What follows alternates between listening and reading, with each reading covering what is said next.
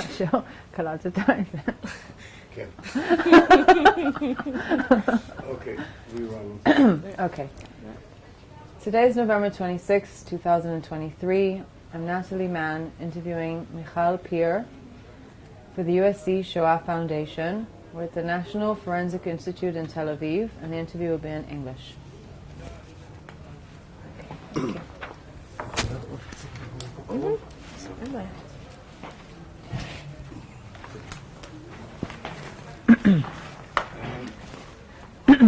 Look at you, look at the camera. At me. Yeah, conversation between us. Yeah. Great. Can we go? Okay. So, first of all, thank you very much, Michal, for taking the time to speak with us today. You're here to hear anything you want to tell us. If you need to stop the interview at any point, please feel free. And now we'll begin. So, hi, Michal. Could you introduce yourself, please? My name is Michal Peer, and I'm the forensic anthropologist at the National Forensic Institute in Tel Aviv. Okay, so you're from the States? Yeah, I was born in Buffalo, New York, grew up in Denver, Colorado, and I moved to Israel about 5 years ago. Both my parents were from American families that made Aliyah, and then the two of them went back to the U.S. before they got married. So I have family in the country. I've always had dual citizenship, and I made the decision to move here to pursue my PhD, which I'm currently at the ending stages of, but has been put on hold slightly at this moment. And when I came here, I started as a student worker for the previous forensic anthropologist, and then took over the position from him when he left. Okay. So let's talk about October 7th and since that day. What was your personal experience, first of all, on the day? Well, it was Saturday, so I was at home. I remember I was awake for whatever reason early in the mornings, like 7:30, something like that. So I happened to be awake when I heard the first rocket sirens go off. They sounded a little bit far away from me, so at first I was confused whether it was for everybody or if it was, I live in Rehovot, and sometimes I can hear sirens in Nes Ziona or Rishon or places that are also close by. But once I became aware of the rocket sirens, I went into my shelter, and I was in there for about 2.5 hours straight. Every time we would reach the end of the point where, okay, it's been 10 minutes, it's safe to come out of your shelter, there would be another siren. And basically for the rest of the day, it was kind of waiting to see what was happening, watching the news, getting a message in the early afternoon from the head of the institute, okay, everybody needs to come in now. And when we got here and we talked about how we were going to handle it, what we were going to do, what we would do if all the bodies were going to come to here. And eventually, after a couple hours, when it was decided what was going to happen, I was sent home to wait for to be on the first shift, the evening shift. And as I was waiting to be called back in, I got the message saying that the decision had been made for all the bodies to go to Shura instead of here to the Institute. But we would be getting all the samples, all the DNA samples from the people who had been killed. So I am the only anthropologist here, but I am part of the labs here at the Institute. So for the first week or so, I helped in the biology lab with preparing samples for DNA extraction as much as I could do to help. What does that mean? It's, I mean, keep in mind, this is not my field 100%, but we would get the fingernails or pieces of tissue, and you just need to cut a small sample and prepare it in a test tube, and there's certain chemicals or reagents or something like that, and the things it's not instantaneous.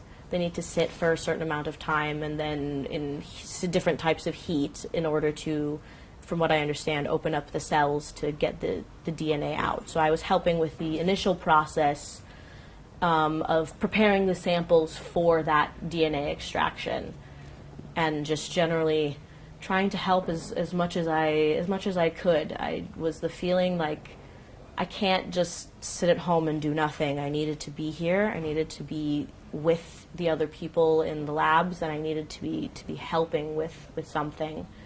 And a couple, I think it was maybe about the second or third week, something like that, we started getting bodies and also bones. So I moved to doing the work that I do, which, like I said, is forensic anthropology. So essentially it's looking at the bones that were coming in, checking for duplicates. For example, I had 2 right arms or something like that would tell me that there was more than one individual who was brought in the same bag. There are certain bones that you can do assessments for age at death, biological sex, things like that, in order to kind of build a profile of who the person was in order to help with the identification process. And then all the anthropological records, they're kept for what purpose exactly? The whole purpose of forensic anthropology ultimately is to identify people. The bones that I'm getting, it was not the typical sort of cases where it would be 1 or 2 bones that were fairly whole.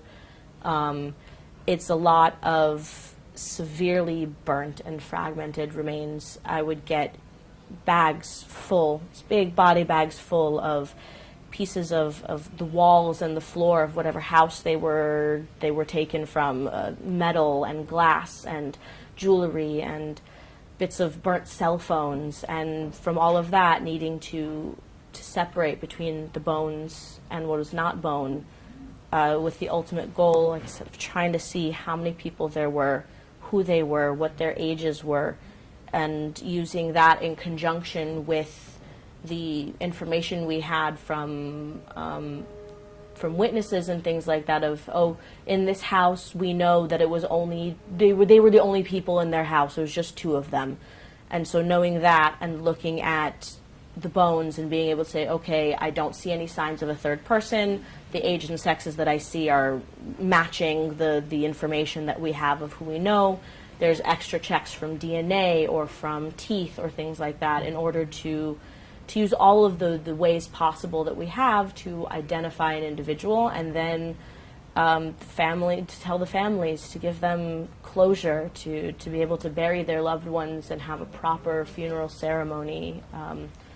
It's the whole reason I got into this field, is not for a glory, not for just being able to look at bones, is to help these families who don't know what happened to their loved ones, and they want some sort of closure. That's the part that gives me fulfillment in this job, is knowing the names of the people that I have helped identify and knowing that their families can rest a little bit easier knowing what happened to their loved ones.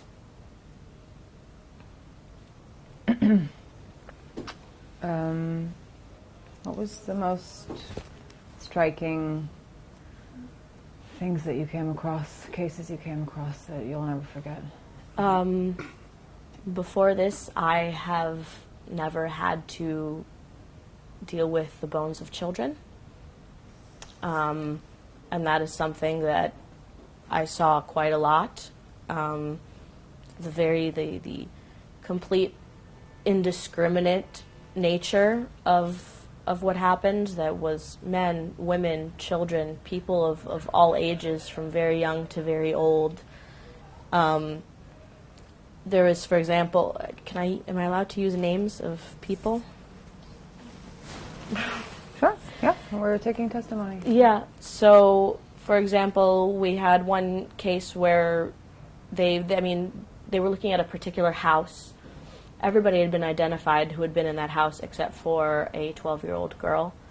And so we had bags and bags and bags of bones that were brought in at different times that were all from that house, that then we were going through them one at a time, trying to find signs of this 12-year-old girl.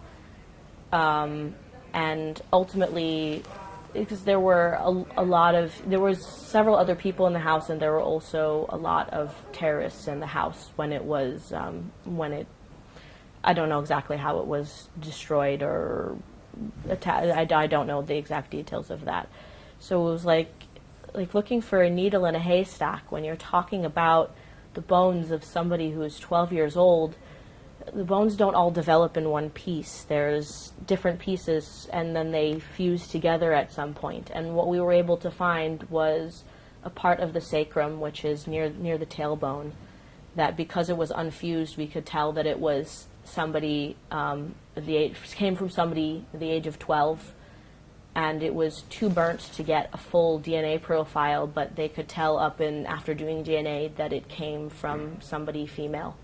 And that was the way that we were able to identify her and allow her to be buried with her twin brother, who had already been identified and buried, as well as her aunt, where they were staying with them there in Be'eri. Were they all buried at the same time, or did it take longer to It took them? longer. The aunt and the brother were identified through DNA much sooner, and then we were going through things over and over and over again, trying to find some sign of this little girl, some way to give the family so that they would know. I think they even did a funeral and a burial of some of her personal items before we identified that she was actually there because of the state of the bones and the state of the house and what was known about what was going on there. They had accepted that she was gone, and then we were able to just give them that one last little thing to say, yes, something else, something that was of her that can be buried along with her personal items. To again, giving closure. It's being able to find those little things that it's like, without anthropology, we wouldn't know what to test for DNA when it comes to the bones, and being able to be an integral part of that is something that's very personal and very emotional for me. And then did they then go back and bury whatever it is that you found, or? I think so. I think that we've had several cases where people are identified through DNA, and then we find another bone or another piece or something like that also comes out as being belonging to them, and they don't exhume everything. I think they dig another trench next to, and they bury as much of the people, as of each person, together as possible.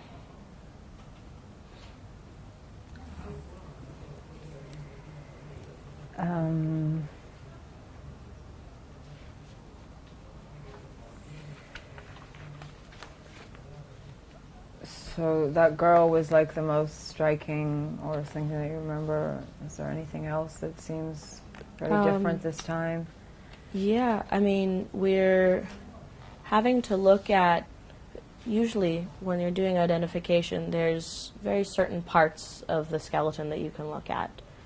And we're having to use every single resource that's possible, especially because having to do identifications using comparisons to information we have about the people from before they died. We had another one where we had such as CT scans or X-rays. So we had a case where we had a small part of the skull, the mastoid process. So this area here, we had that. It was burnt by the color, burnt at least 700 degrees Celsius for a very long time, because there was some fragmentation that occurred also from the burning. And when we were looking at the bone and looking at the head CT that this person had when they were alive, and we were seeing similarities in the shape. There was the curve of the bone, the deepness of the groove where a vein would be, a certain sign that you don't see on every person's bone. And so we scanned the bone here as CT, and we did a full comparison, and based on not only the external shape of this one part of bone, also looking inside at the air pockets between the bits of bone that are the type of bone that's there, being able to match them one-to-one from before death to after death, and that way being able to identify, taking that information, plus the fact that of all the bones that were there, there were no doublings, and that a neighbor or someone had said that she's the only person living in that house, she was the only person who was there. And through all of those things together, identifying her and being able to send all as much of her as we had, all of the bones that we had, to be buried. It's difficult to single out one case that's striking, because in the case of anthropology, it's all very different. It's all striking in its own way. People who are identified through DNA are one thing. People are identified through their teeth, their dental x-rays, if they had fillings or crowns, or even a combination of things. Two husband and wife who were in their bomb shelter and their house was burnt. And so we had from him some parts of the body that we could identify through DNA, and from her, it was her teeth, and there were two bags that came from the same place, so we could see here there's him and some of her teeth, and there's a skeleton or part of a skeleton burnt, crumbling pieces that, because we happened to have those particular signs, we could say was a woman over the age of 40, and we knew that they were the only two in their house, identifying the two of them together, and they could be buried together, husband and wife.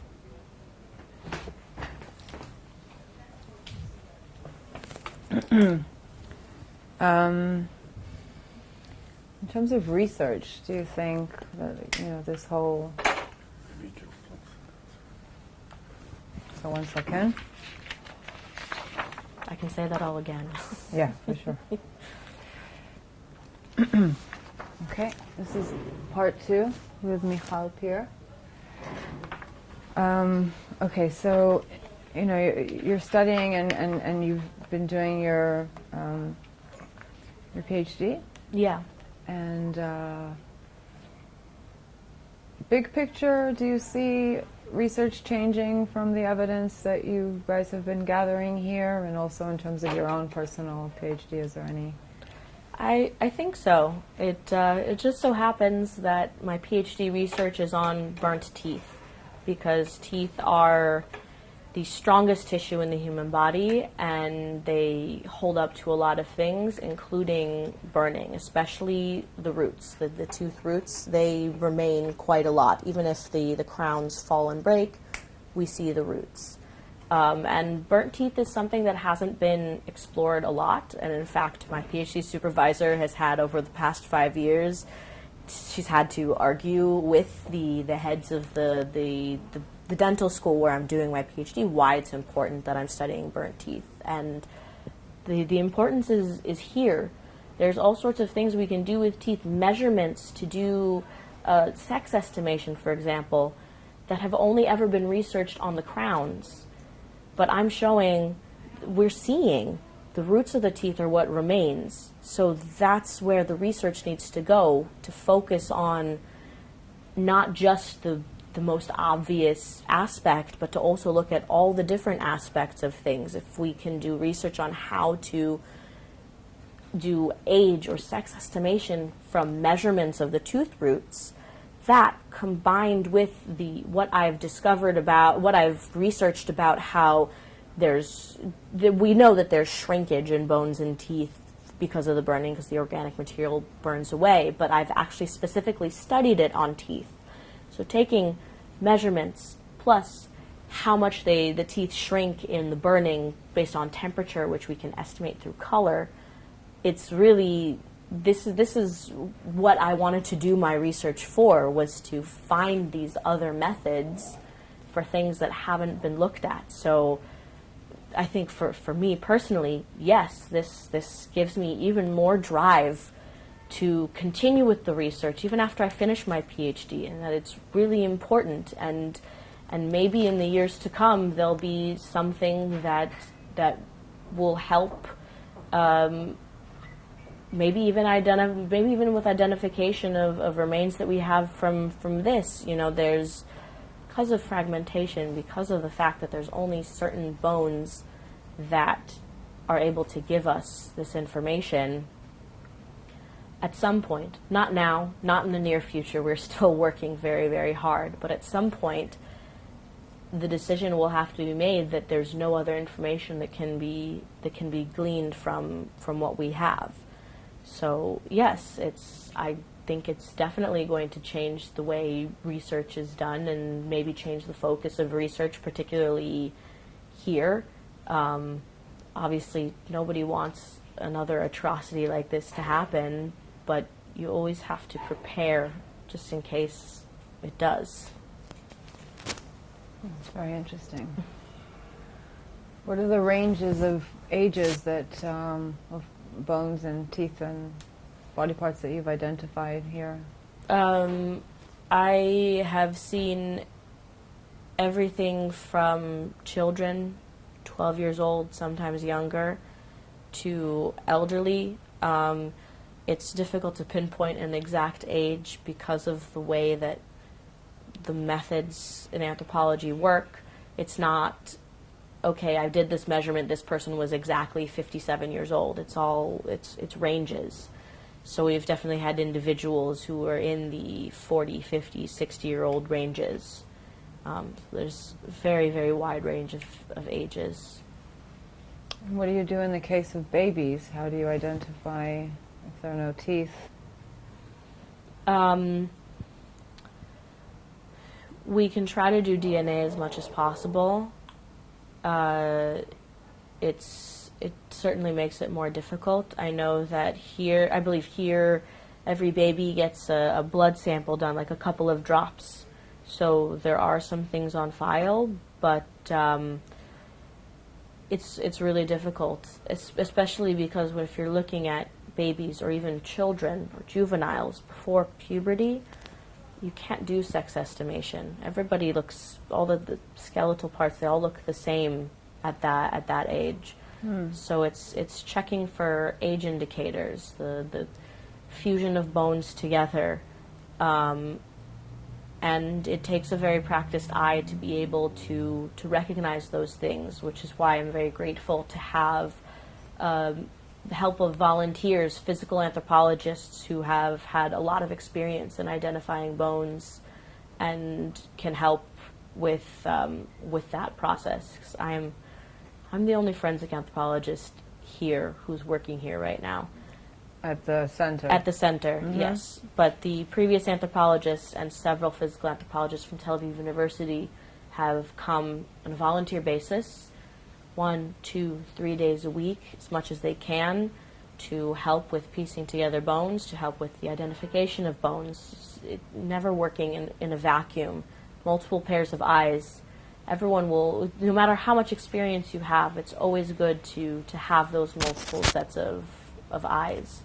And we had Professor Tal Simmons from the United States who came to help near the beginning of the process, who is absolutely wonderful and is expressed interest in coming back in mid-December once her university is on winter break to help with the continually increasing case files that bags of bones that I receive every day or almost every day. And tomorrow we have a forensic anthropologist from Colombia, the country, who is coming to help. There's been a lot of support as much as possible from people external to this institute, whether they be local or from outside of the country. There was at the beginning the first big push of pathologists who came from the United States to help our pathologists here with all the bodies that were coming in, and now the weight of the work is shifting to anthropology. So I believe in the coming future, in the near future, we're also going to be looking to invite other global forensic anthropologists who can help with the workload and who have the experience. It's different. Physical anthropology and forensic anthropology are two different things. Physical anthropologists can certainly help with identifying bones, with piecing bones together, but there's something that having the forensics training that's very specified, that you need somebody who's learned it to do it properly and correctly, scientifically accurate. In terms of how badly burned these bodies were, you said something about 700 degrees. Yeah. Is this unusual? They were burned more than in a usual case? Is there anything that... Yes. It's not just... It's a function of both the temperature and also the time. It takes approximately 3 hours for a body to get to be fully cremated. When we're talking, temperatures that you see in crematoriums, which can be even hotter than the temperatures that we were seeing here. But there's only so much indication. Based on the color of the bones, I can tell the temperature, like I said, that's 700 degrees Celsius, but it could also be hotter because after 700, those color changes stop and the bones just remain white. But based on the fact that they're severely fragmented, sometimes the pieces are so small that you can't even identify which bone they are. We're talking about not just high temperatures, but for a long time. There was most likely some sort of accelerant that was involved in the burning to make it last that long, to see the type of fragmentation and warping that I'm seeing in the bones that I get. So are there any theories about what it could possibly be? I don't know enough about what different types of accelerants might be used to be able to say anything about that, but I mean, we know that things were hit with RPGs and we know that whole buildings were destroyed. So that's certainly something that could result in the type of burning destruction to the bones that I'm seeing. Is there anything that's been personally hard for you? Like something that, we all have a little breaking point. Sometimes we cry from the smallest thing and... Yeah. Look, it's a function of being able to find that balance between being separated enough to do the work and remaining connected to the fact that these were people. And for me, what helps, the most difficult thing, is talking with the people who are also experiencing it. The most difficult thing is that my parents are back in the United States. And I know it's difficult for them too. We talk every day. And they say, you don't have to call us every day. And I said, no, I want to. I need to, I need to hear what's going on with the choir, what's going on with my brother, what dental procedure did my dad go and do this time? It's having to have that connection, a little bit of something that's not always just what's happening here. Also that, obviously with them I can't talk about specifics, but talking with the people here who are volunteering, or with the doctors, or the pathologists, or just having that joint experience helps get through the really difficult things, at least for me. Mm-hmm. And what would be the most difficult thing?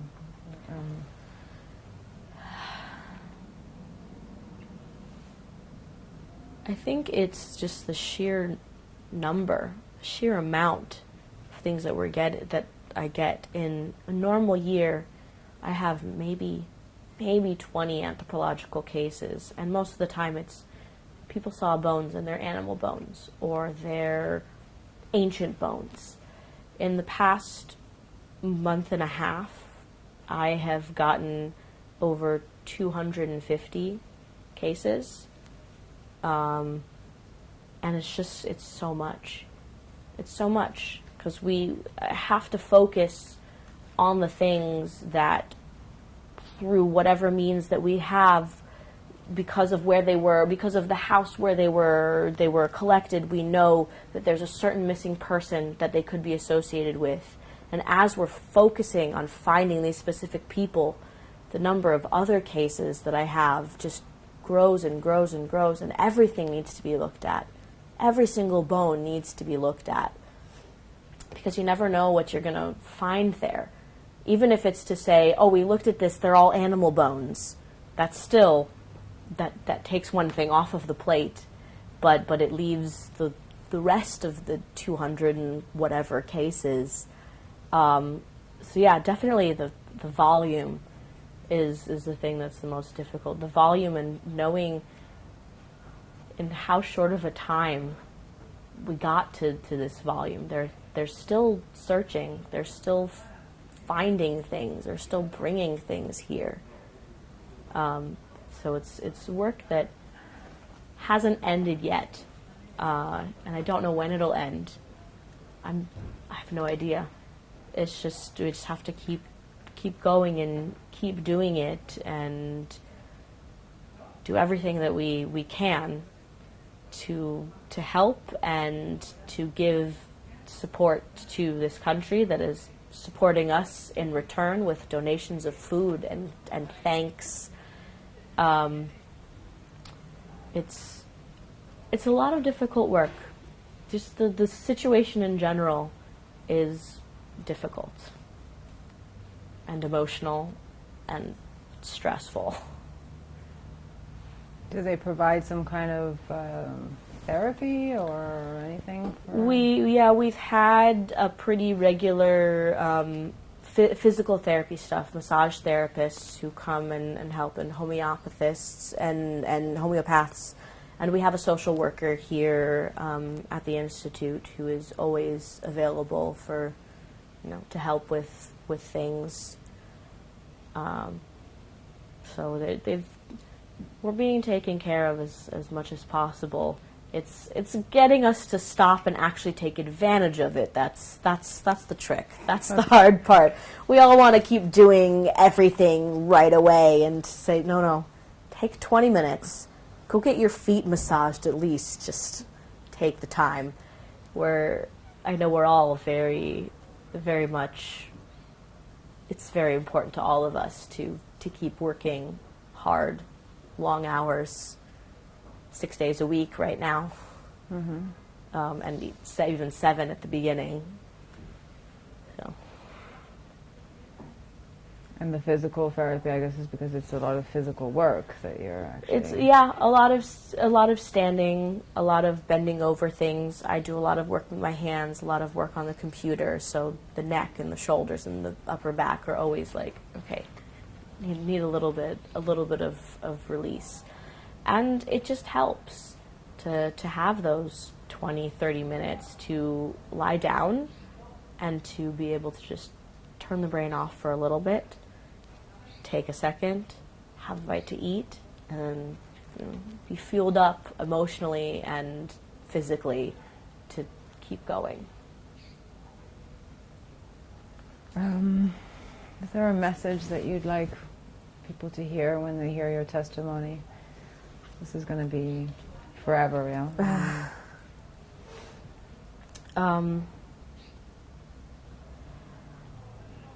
I think it's very important for people to understand the sheer magnitude of what happened.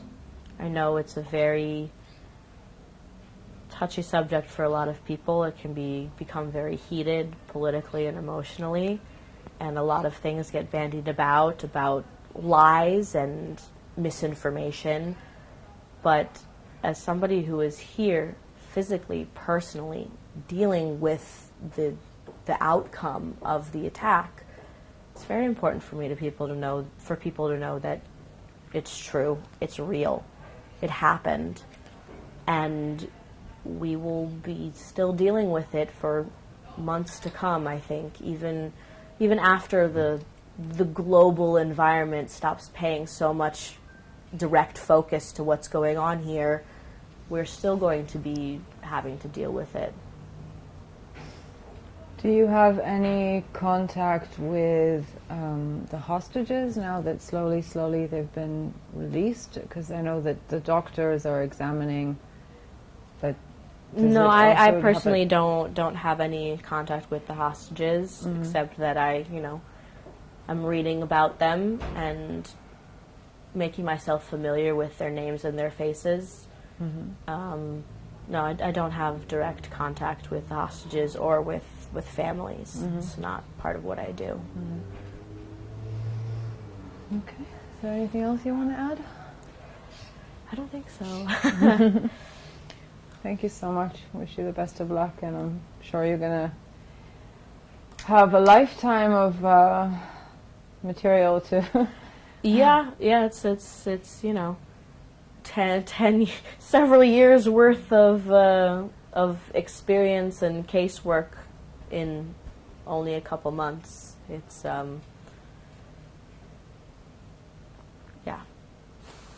Well, I look forward to reading your book.